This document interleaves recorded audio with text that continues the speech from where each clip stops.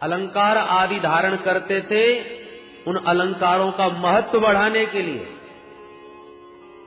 अलंकार हमारे प्रभु के अंग में आकर के अपना परम सौभाग्य मानते थे कि आज हमारी उपयोगिता सिद्ध हो गई।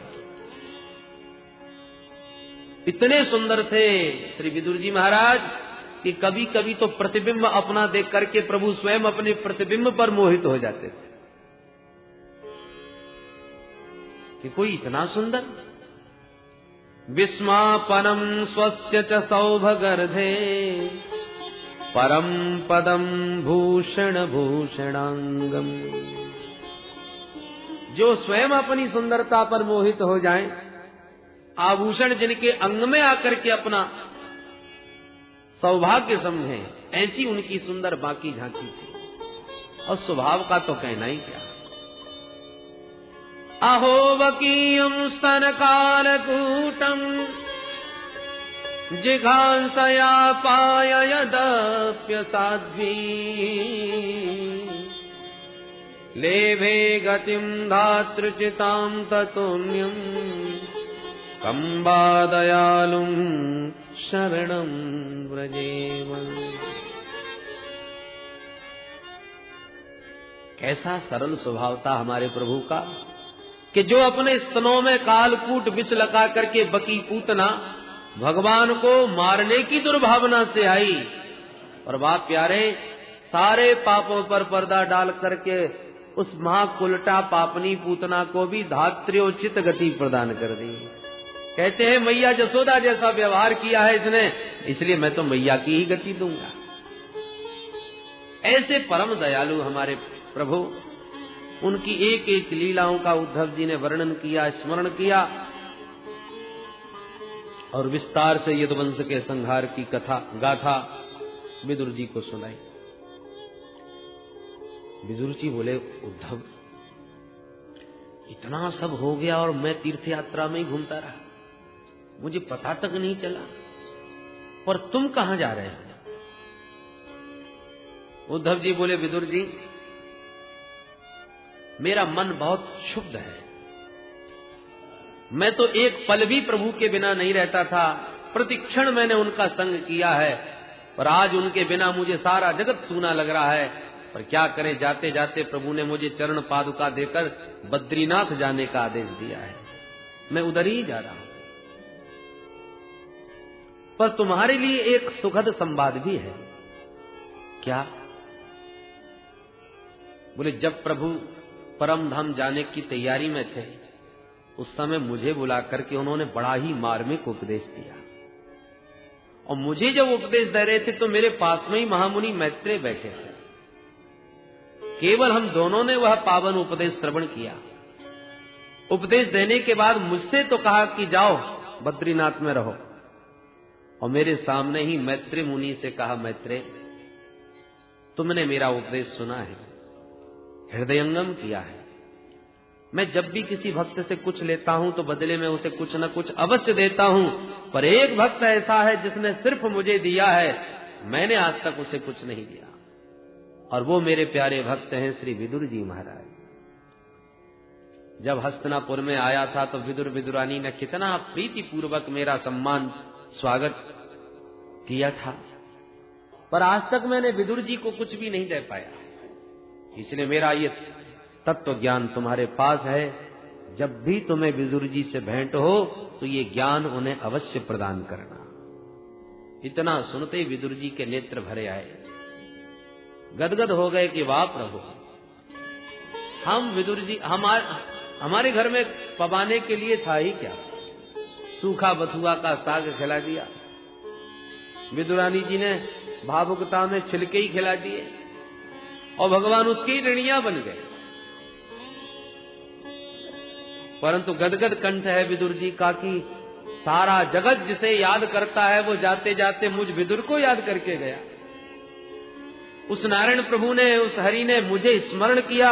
विदुर जी का हृदय गदगद हो गया। उद्धव जी से बोले, जल्दी बताओ मुझे मैत्रेय कहाँ मिलेंगे, मैं जानना चाहता हूं वो कौन सा ज्ञान प्रभु ने दिया है, मैं मैत्रेय से श्रवण करूंगा। श्री उद्धव जी बोले, तुम्हें हरिद्वार में गंगा के किनारे कहीं न कहीं मैत्रेय जी से भेंट हो जाए। बस इतना कह के उद्धव जी तो बद्री विशाल और विदुर जी सीधे हरिद्वार। हरिद्वार में गंगा के तट पर भ्रमण करते करते मैत्रेय मुनि से भेंट हो गई। जो मैत्रेय मुनि ने विदुर जी को देखा उठ के खड़े हो गए। आओ आओ विदुर जी महाराज, मैं तो कब से तुम्हारी राह देख रहा हूं। ये बड़ा भारी दायित्व तो मेरे कंधों पर प्रभु डाल के गए हैं। आओ स्वागत है। विदुर जी तुरंत आए, मैत्रेय मुनि से भेंट की और कहा, भगवान मैं अब आपसे अपने कुछ प्रश्न रखना चाहता हूं, मेरी जिज्ञासा का समाधान करें। पूछिए। विविध प्रश्न श्री विदुर जी महाराज ने किए। सुखाय कर्माणि करोति लोको न तै सुखम वान्यदुपारमं वा विन्देत भूयस्ततैव दुःखम् यदत्र युक्तम् भगवान् वरेण्यः। विदुर जी महाराज पूछते हैं, महाराज कृपा करके ये बताइए कि संसार का प्रत्येक प्राणी सुखी होना चाहता है।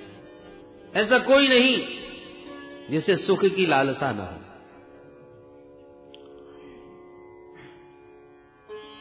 कोई भोजन चाहता है तो जरूरी नहीं सबको भोजन की इच्छा हो। कोई भोजन के नाम से भागता है।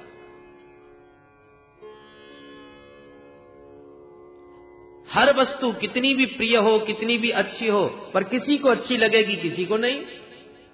कोई लोग चाहेंगे, कोई नहीं, पर ऐसा विश्व में कोई नहीं जो ये कहे कि मुझे सुख की इच्छा नहीं। मानव मात्र सुखी होना चाहता है, और चाहता ही नहीं, सुखी होने के लिए दिन रात प्रयत्नशील भी है, मेहनत भी कर रहा है। हम जितना भी भागम भाग कर रहे हैं, एक ही उद्देश्य है कि हम सुखी हो जाएं।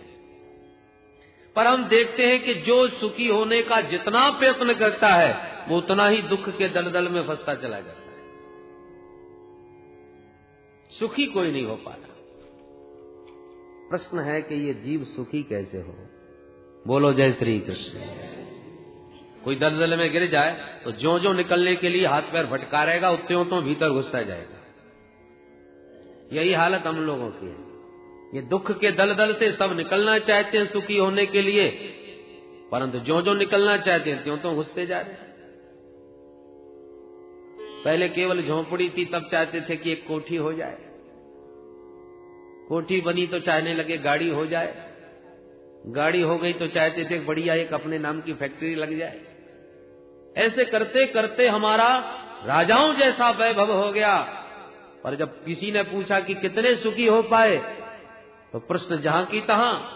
बोले महाराज पहले तो कम से कम चैन से सवेरे सवेरे भोजन में 10 रोटी खाते थे, खूब खुराक थी, मस्ती से पड़े रहते थे। अब तो नींद की गोली खाते हैं, तब तो रात में नींद आती है, और खाने के नाम पर डॉक्टरों ने कह दिया दाल का पानी पियो। भोजन भी गया, नींद भी गई, जो सुख था गांठ का वो और चला गया। सुखी कहां हो पाए? दिन रात चिंताओं के मारे नींद हराम हो गई।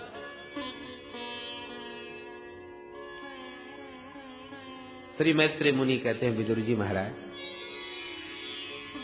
आप साक्षात धर्म के अवतार हैं। मांडव मुनि के हिसाब से धर्मराज को ही विदुर रूप में प्रकट होना पड़ा।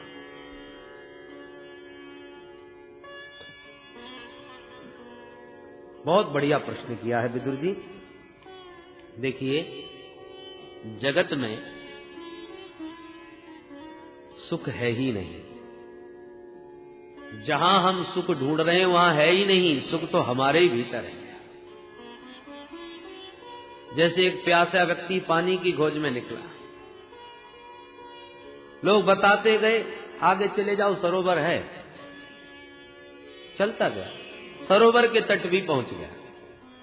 सरोवर में पानी भी बहुत था, पर विडंबना ये कि उसमें काई जम गई। कभी कभी आपने जो स्थिर जल होता है उसमें काई जमते देखा होगा। इतनी काई की परत लग गई कि पानी दिखाई ही नहीं पड़ता। ढक गया पूरा जल। अब प्यासा चारों तरफ देखता है, पानी की तो कहीं बूंद भी नहीं है। दूर दूर तक दृष्टि घुमाई तो सरोवर के चारों तरफ रेगिस्तान था। सरोवर में पानी है पर काई से ढका है। रेगिस्तान पर दृष्टि डाली तो रेतीली भूमि पर उसे जल की तरंगे नजर आई, जिसको मृग तृष्णा कहते हैं, मृग मरीचिका। कभी कभी सड़क पर गाड़ी से चलते समय गर्मियों में देखिएगा, सूर्य की रश्मियों के पड़ने से ऐसा लगता है जैसे पानी पड़ा हो, जल पड़ा हो सड़क पर पानी होता नहीं, बूंद भी नहीं, और दूर से देखो तो स्पष्ट जल ही नजर आएगा। वही मृग तृष्णा।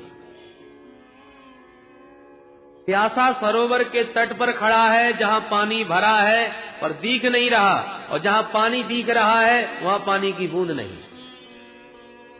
तो भ्रम में पड़ गया, पानी जहां दिख रहा था वहां दौड़ पड़ा, तो रेगिस्तान में भटकता भटकता मर गया। पानी का तट छोड़ करके रेगिस्तान में पानी पीने गया।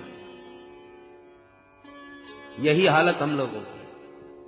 भीतर हमारे प्रभु ने आनंद का सागर भर रखा है, पर उस आनंद के सागर में अज्ञान की काई लगी हुई है। तो दिख नहीं रहा, समझ में नहीं आ रहा, और बाहर के विषयों में आनंद का भ्रम है, सुख का भ्रम है। ईश्वर अंश जीव अविनाशी, चेतन अमल सहज सुख राशि। जीव जो सहज ही सुख राशि था, जिसके भीतर ही आनंद आनंद और सुख सब भरा हुआ था, पर अज्ञान की परख के कारण दिखा नहीं। बाहर के विषयों में सुख का भ्रम हो गया, सो बाहर ढूंढने लगे। ये मिल जाए तो सुखी हो जाऊं, वो आ जाए तो सुखी हो जाऊं। तमाम वस्तुओं को जुटाता रहा सुख के साधन स्वरूप, पर जीवन में सुखी कभी नहीं हो पाया, क्योंकि बाहर जो सुख दिखाई पड़ रहा है वो नकली है। जैसे कि एक बार एक श्रीमान जी ने कहा, भाई गर्मी आ गई है, आम का मौसम आ गया, चलो आम खाए जाए। बेटे को बुलाया, बेटा जाओ बाजार से बढ़िया आम लेके आओ।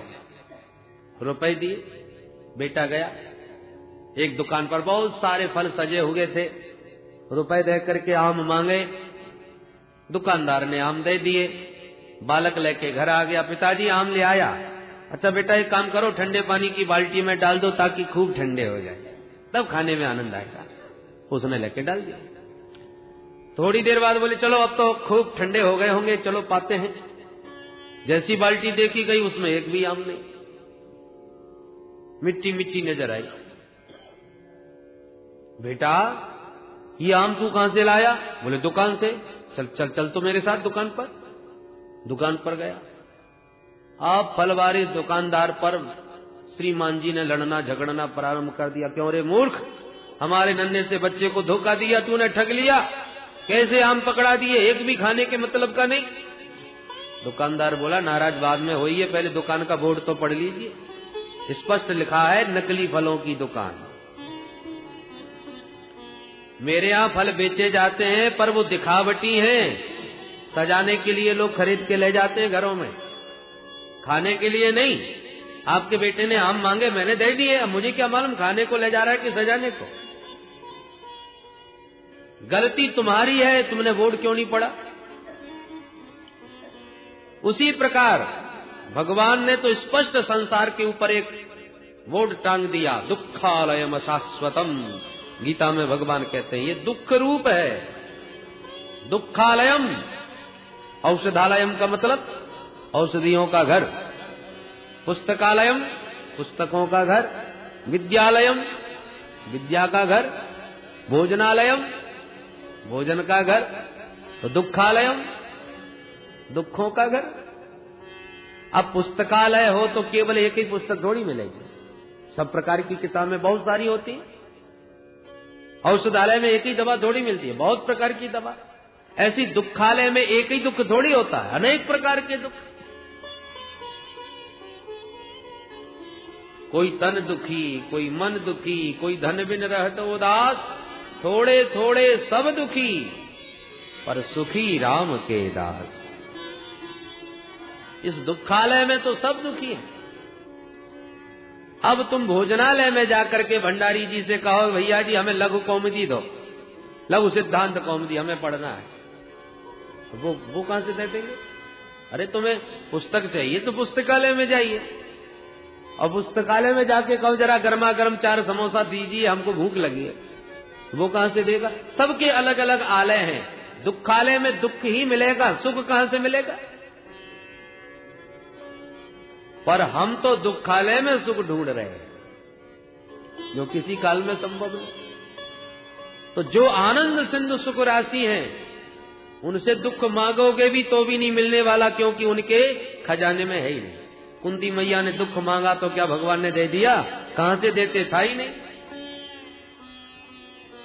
पर जगत के दुखालय में यदि तुम सुख मांगो तो कहां से मिलेगा? वहां है ही नहीं।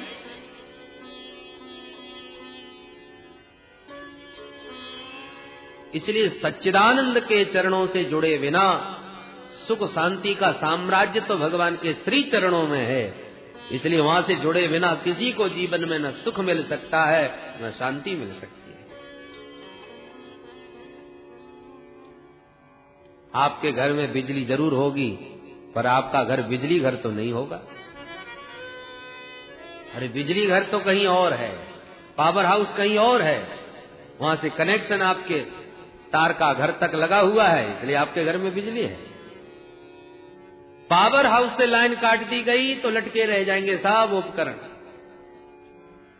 पंखा हो, बल्ब हो, कुछ भी हो, सब लटके रह जाएंगे। पर साहब पावर हाउस से तो लाइन चालू है, हमारे घर में अंधेरा है, पड़ोसी के घर में तो खूब उजेला हो रहा है। इसका मतलब उधर से कमी नहीं, कमी तुम्हारे ही घर के बल्ब में है, या तो बल्ब फ्यूज है अथवा कोई लाइन खराब, तार खराब है, सुधरवाइए। उसके लिए जगह जगह पर बिजली के विशेषज्ञ लोग घूमते हैं, किसी बुद्धिमान को पकड़िए जो तार तुम्हारा ठीक कर दे। उसी प्रकार एक संत हमें आनंद में झूमता नजर आ रहा है, मस्ती में डूब रहा है, और हम 24 घंटे रोते ही रहते हैं। क्या चक्कर है? हमारी लाइट क्यों चली गई? हमारा आनंद कहां चला गया? ऐसे किसी सदगुरु के पास जाओ तो जो तुम्हारी लाइन फिर फिट कर दे, उस पावर हाउस से तुम्हारा कनेक्शन ठीक जोड़ दे, तो तुम्हारे घर में भी आनंद का प्रकाश प्रकट हो जाएगा। दूरदर्शन से प्रसारण हो रहा है, आपके पास भी टेलीविजन है, फिर चित्र क्यों नहीं आ रहा? बोले पहले तो टेलीविजन को ऑन करो, टीवी चालू करो, उसके बाद में वही चैनल लगाओ जहां से भजन का प्रसारण हो रहा है। ऊटपटांग चैनल है, तुमने उल्टा सीधा चैनल लगा दिया तो टीवी ऑन तो है पर खराब आएगी, ऊटपटांग दृश्य आएंगे। जहां से संस्कार का प्रसारण हो रहा है वहीं पर आपको भी अपना चैनल फिट करना पड़ेगा, तब जाकर के आपको वो सुंदर दृश्य दिखाई पड़ेंगे। उसी प्रकार आनंद तो सर्वत्र भगवान ने सबके भीतर भर दिया है, पर जब तक हम अपना भीतर का टेलीविजन ऑन न करें और कनेक्शन वहां से ठीक से फिट न करें, वही चैनल न जोड़े, तब तक ये दृश्य कैसे आवे? हनुमंतलाल जी ने देखो अपना चैनल जोड़ दिया। जासु हृदय आगार बसहि राम सरचापधर, ईश्वर सर्वभूतेषु हृदय से अर्जुन तिष्ठति। सबके भीतर वो बैठा है, पर दिखाई कहां पड़ रहा है? उसका दृश्य नहीं दिखाई पड़ रहा। हनुमंतलाल जी ने देखो वो दृश्य प्रकट कर दिया। बसहि राम, छाती चीर करके भी दिखा दिया, देखो ये बैठे, दुनिया को दिखा दिया।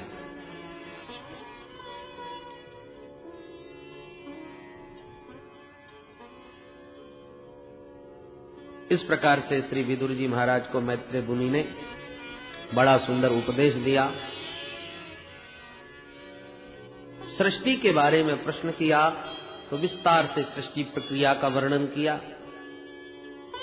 भगवान नारायण के नाभि कमल से ब्रह्मा जी ने सृष्टि की इच्छा प्रकट करी, तो भगवान के ज्ञान को आत्मसात करके सबसे पहले ब्रह्मा जी ने सृष्टि में 4 कुमारों को जन्म दिया, सनक सनंदन सनातन सनत कुमार।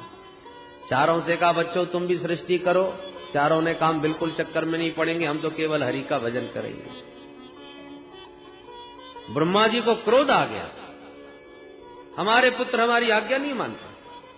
इतना क्रोध आया कि उनका क्रोध ही भ्रकुटी का भेदन करके भगवान रुद्र के रूप में प्रकट हो गया। बोल शंकर भगवान की।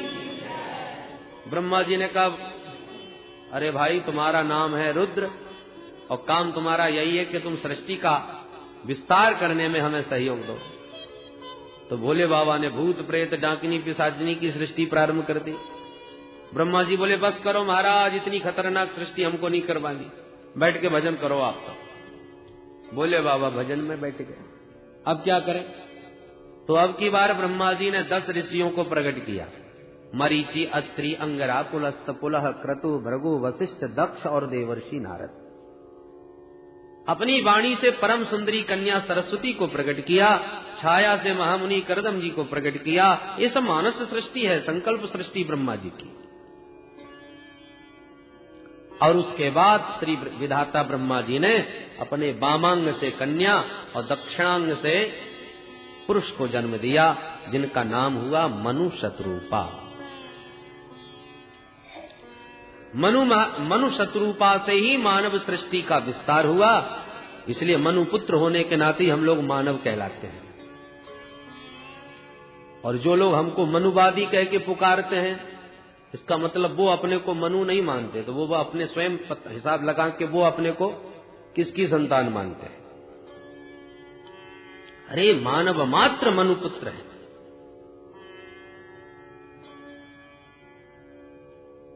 मनु शत्रुपा से 5 संतानें हुई, उनमें 2 बेटा और 3 बेटी। बेटियों के नाम आकुति, देवभूति, प्रसूति, बेटाओं के नाम प्रियव्रत और उत्तानपाद। पर एक दिन मनु महाराज ने ब्रह्मा जी से प्रार्थना करी, भगवान सृष्टि का मैं विस्तार तो करना चाह रहा हूं, पर कैसे करूं? ब्रह्मा जी ने कहा क्या हो गया? बोले महाराज एक राक्षस पृथ्वी का ही हरण करके ले गया। अच्छा, तब ब्रह्मा जी ध्यान लगाए। ध्यान लगाते ही उनको बड़ी तेज छींक आई और छींकते ही उनकी नासिका रंध्र से भगवान का बराह रूप में प्राकट्य हो गया। बोल बरा भगवान की। देखते देखते बरा भगवान का पर्वताकार देह हो गया। देवताओं ने स्तवन किया, हिरण्याक्ष का वध करके भगवान ने पृथ्वी का उद्धार किया। विदुर जी ने पूछ दिया मैत्रेय जी से, भगवान कृपा करके ये तो बताइए, ये आकर के हिरण्याक्ष कौन था जो धरती को ही उठा के ले गया? ये किसका बेटा था? मैत्रेय मुनि कहते हैं, विदुर जी महाराज,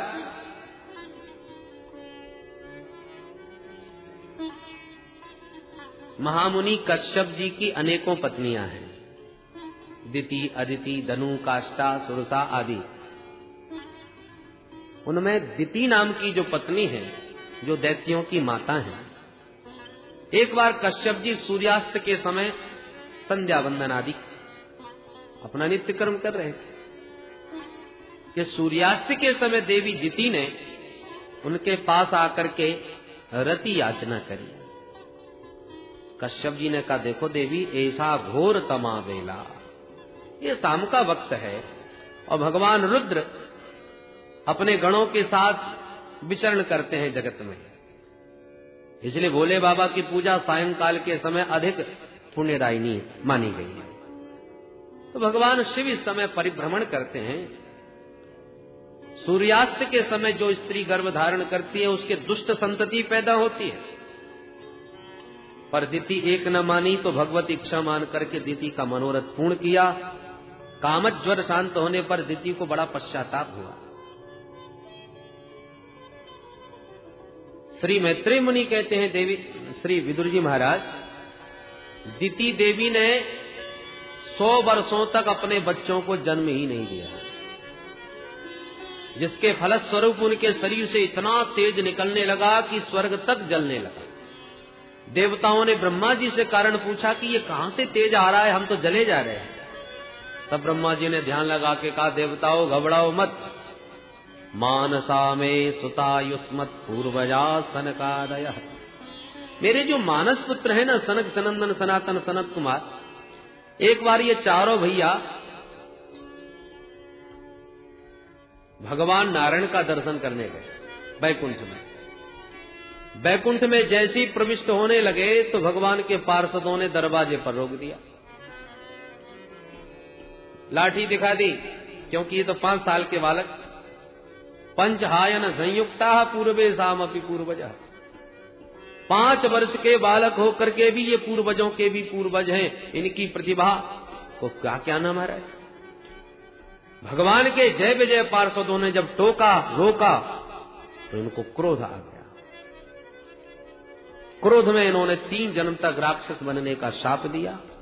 चरणों में गिर के दोनों द्वारपाल रोने लगे, थर थर कांपने लगे। भगवान ने जब ये खटपट सुनी तो तुरंत बाहर आ गए। चारों भैयाओं को भगवान ने नमन करते हुए स्वागत किया। भगवान के दिव्य छटा का दर्शन करके उनके चरणों में चढ़ी हुई दिव्य मंजरी की सुगंध ग्रहण करते ही सब कोप शांत हो गया। सनकादि आनंद में मुग्ध हो गए। पर भगवान हाथ जोड़ के कहते हैं, एतौ तौ पार्षदौ मह्यम जयो विजय एवच कदर्थे कृत्य माम यद्वो बहुवक्रातमतिक्रमम्।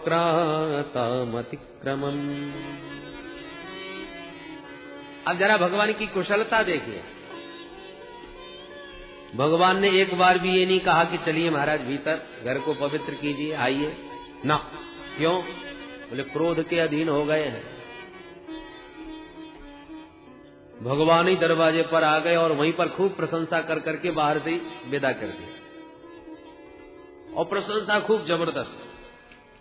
पर शब्द शैली देखिए, एतौ तौ पार्षदौ मह्यम, ये दोनों मेरे पार्षद हैं। अब देखो शब्दावली तो सनकादियों के प्रति ऐसी है कि भगवान सनकादियों को महत्व दे रहे हैं और जय विजय को डांट रहे हैं। परंतु अंतर भगवान का संकेत क्या है? पार्षदों को तो कहते हैं ये मेरे हैं, मह्यम, ये मेरे पार्षद हैं और इन्होंने आपका अपमान किया, इसलिए आपने बहुत उचित किया इनको दंड देकर। मैं तो कहता हूं मुझे भी दंड दीजिए, क्योंकि सेवक का अपराध स्वामी का ही अपराध माना जाता है। स्वामी भी अपराधी माना जाता है। आपके घर का पालतू कुत्ता गले में पट्टा आपने डाल रखा है और वो जाके किसी के घर में उत्पात मचा दे या किसी को काट ले तो उसकी पिटाई पड़ेगी सो पड़ेगी, आपको भी गालियां कम नहीं पड़ेंगी। तुम्हारा पालतू है ना, इसलिए भगवान कहते हैं मेरे पार्षदों ने आपका अपराध किया, अपमान किया, इसलिए मैं भी अपराधी हूं।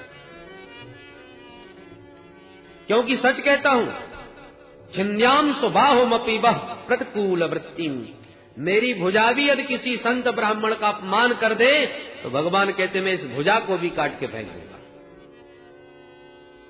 भगवान कहते हैं कि मेरे 2 मुख हैं, ब्राह्मण और अग्नि। वेद भगवान कहते हैं ब्राह्मणो शमुखमासी, और दूसरी ओर मुखादग्निरजायत। भगवान के मुख से अग्नि का जन्म हुआ, ब्राह्मण के मुख से भगवान के मुख से ब्राह्मणों का जन्म हुआ। दोनों ही भगवान के मुख हैं। और भगवान कहते मैं इन दोनों में यदि तुलनात्मक अध्ययन करके पूछा जाए कि किस मुख से आप ज्यादा पाते हो, दोनों मुखों से भगवान को पवाया जाता है। अग्नि में स्वाहा और ब्राह्मणों के मुख में आहा। ब्राह्मण पाते हैं तो डकार लेके गदगद हो जाते हैं, और रबड़ी मालपुआ हो फिर तो कहना ही क्या है। अंतरात्मा प्रसन्न हो जाती है, गदगद हो जाते हैं। तो भगवान से पूछा जाए कि इन दोनों मुखों से आपको सबसे ज्यादा अच्छा किस मुख से पाना अच्छा लगता है, तो भगवान कहते हैं नाहम तथात्म यजमान हविर्विताने स्योच्चाद घृतप्लुत मदन हुतभुंग मुखेन यद ब्राह्मणस्य मुखतश्चरतो नुघासम तुष्टस्य मय्य वहित निज कर्म पाकई। भगवान कहते वैसे तो ये दोनों ही मुख मेरे हैं, परंतु दोनों में जितना कि ब्राह्मण मुख से पाकर के मैं तृप्त होता हूं, इतना अग्नि के स्वाहाकार से प्रसन्न नहीं होता। स्पष्ट भगवान ने कहा। स्योच्चाद घृतप प्लुत मदन हुतभुंग मुखेन, घी से लबलबाता हुआ मालपुआ जब ब्राह्मण के मुख में जाता है तो भगवान कहते हैं उसकी तृप्ति को देख करके मैं गदगद हो जाता हूं, वो मेरा प्रत्यक्ष मुख है। बड़ी प्रशंसा भगवान ने यहां पर ब्राह्मणों की और सनकादियों को सम्मान पूर्वक नमन करके विदा किया। सनकादियों के हिसाब से वे ही भगवान के पार्षद जय और विजय आज दिति मां के गर्भ में आ चुके हैं। ये सारा रहस्य ब्रह्मा जी ने देवताओं को बताते हुए कहा कि आप लोग घबराइएगा नहीं, भगवान नारायण कृपा करेंगे, उनका उद्धार करेंगे, बाकी उनका सामना और कोई नहीं करने वाला। देवता बेचारे काल प्रतीक्षा करने लगे। 100 वर्षों के बाद दिति ने 2 पुत्रों को जन्म दिया जिनका नाम हिरण्याक्ष और हिरण्य